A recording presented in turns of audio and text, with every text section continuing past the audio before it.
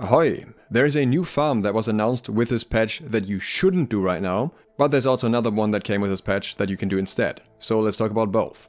If you've seen yesterday's video, then you already know that the drops for certain named mobs in Brimstone Sands were re-enabled. These were disabled right after Brimstone Sands came out because they spawned too quickly, but they were also required to spawn quickly because they were quest mobs, and now they've solved the spawning issue, so now it's not a problem for them to drop items anymore.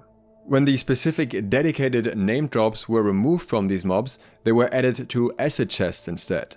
Problem is, you can't do any dedicated farm for any of these items, you're just reliant on RNG to get any of the named items. Especially if you need one item multiple times, there's basically no chance that you're gonna get that in a reasonable amount of time.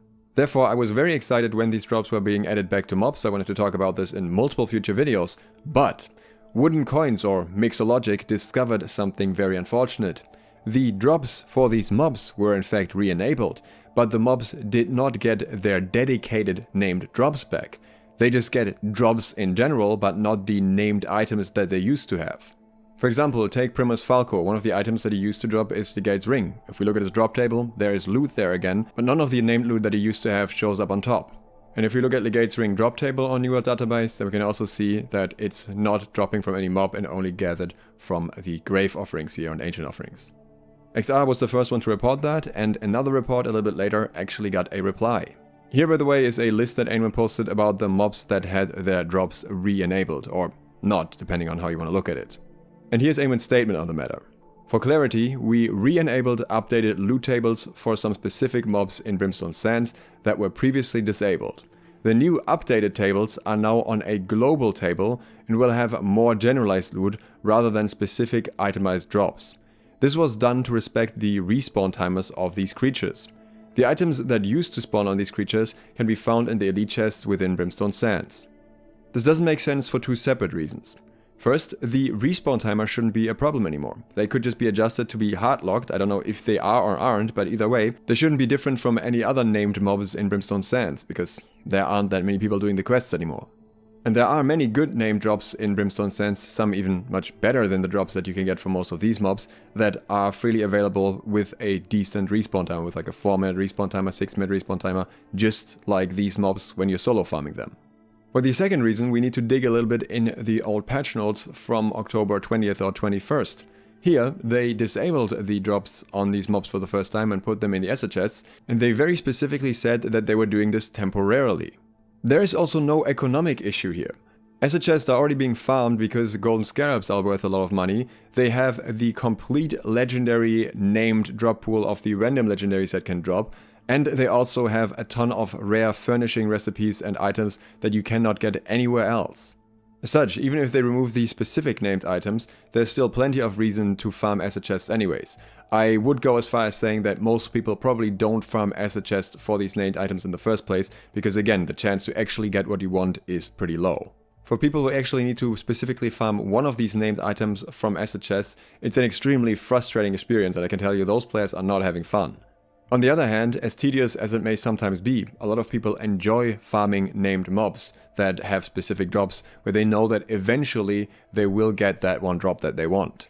Adding these items back would actually encourage people to explore Brimstone Sands a little bit more and go to these spots where these mobs are, where these named items are, where they would probably otherwise never really go to, especially if there's no acid chest nearby, like for example near the sneak. This could even have other economic consequences, such as some glyph stones potentially be more farmed through that. So really, I don't see any reason why they would not do this. What I've learned with New World is that usually it's good to be vocal about things if you want to see them changed. So if you want to add your opinion to the forum, I will link that down below. As always, you have a higher chance of your wish getting fulfilled if you're respectful and nice about the way you express it. But while we can't farm these items, there are other new/returning items that we can farm instead. Descapades, or mixed down from the New World Database Discord, found a bunch of items that had been removed from the drop tables, which are the ones that were announced to be re-enabled with this patch. As usual, some of them are not very good and some of them are solid. Let's go through all of them. The first one is a bunch of items that used to drop from Dynasty Mutation level 8 or higher that are now back. The first one of those is Purefire, a full dex bow with Refreshing, Vicious and Corrupted Bane. I would say a solid baseline if you're looking for an invasion bow especially, not necessarily best in slot with the Refreshing on there, but not terrible. The next item is Ill Whisper, a full strength longsword. This comes with Plagued Crits, Keen, and Shirking Arcane. The combination of Keen and Plagued Crits is kinda solid to have very reliable anti-heal, but Shirking Arcane is not really a good perk, and Keen on a sword itself is also not that great, so I wouldn't say this is a particularly good one. Dusk Tear or Dusk Tear, I'm not actually sure which one of the two it's meant to be, is a full strength greatsword, which comes with Relentless Freedom, Chain Void, and Keen. Not really useful in any situation in my opinion. Having Relentless Freedom on your weapon is somewhat overkill anyways, and Keen is not that important.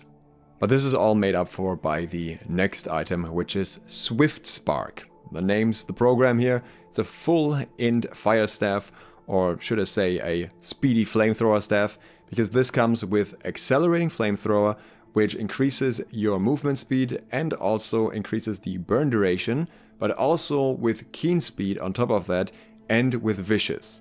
So with this thing you're basically constantly zooming around and it crits to a lot of damage. What is worth noting is that Accelerating Flamethrower is normally not worth having on your weapon. The haste doesn't change between your weapon and armor, and the burn duration only gets increased from 15 to 19%. So if you have something like Attunement as a third perk instead of Accelerating Flamethrower and put the flamethrower elsewhere, you'll usually get better overall damage results. But for the absolute meme of min-maxing your flamethrower as much as possible, this is of course a must. The next set of drops are from Dynasty as well, but only drop from mutation level 9 or higher. The first one of those is Soul Flare, a full focus lifestaff with Keen Beacon, Blessed, and Refreshing. I think this is okay-ish, but having Refreshing instead of Refreshing Move and Keen Beacon, which is usually not preferred, doesn't make it a primary choice in my opinion. Second item here is Rib Shatter, a full strength Warhammer.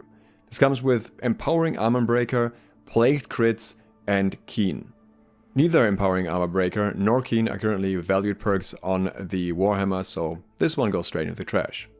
Lithe Spear is a full dex spear with Enchanted, Keen Speed, and Lifestealing.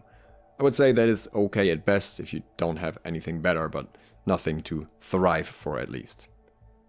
Dread Scream is a Void Gauntlet with full int, Refreshing Rupture, Mortal Power, and Refreshing. This one is somewhat interesting, because Refreshing Rupture on your weapon actually means that it basically refreshes almost instantly when it runs out, and with the Refreshing on that Void Gauntlet, which you normally wouldn't have on a weapon, it actually is just enough cooldown reduction to make it an infinite Essence Rupture if you keep hitting it every single time. Definitely a niche weapon, because especially in an Essence Rupture build, you would typically not want Mortal Power because you're going to switch off the Void Gauntlet in between in most situations, but it's still interesting enough, I would say. The next set of drops comes from Genesis, mutation level 8 or higher. We have Scarlet Slayer here, a full strength Great Axe with Keen, Chain Fire, and Angry Earth Bane. Not exactly awful, honestly, between the Chain Fire and Angry Earth Bane. Keen is okay in PvE as well, not the best, but especially with a Great Axe you're gonna have a lot of situations where you're kinda AoEing a little bit anyways, you're not necessarily behind the enemy. So for those purposes it could be solid. I don't hate it. Maybe even as a tank offhand Great Axe for Genesis specifically. Blaze Claw is a full strength blunderbuss with Venturing Clawshot, Mortal Refreshment, and Chain Fire. I don't really think there is much benefit in this combination of perks, at least I can't see it. If anyone has a good idea for this one, let me know. Otherwise, probably not that good. Culling Burn is a pretty solid hatchet. Comes with Angry Earth Bane and Vicious, which is what you typically want on a hatchet unless you're specifically looking for Rogue. And the third perk here is Shirking Flames.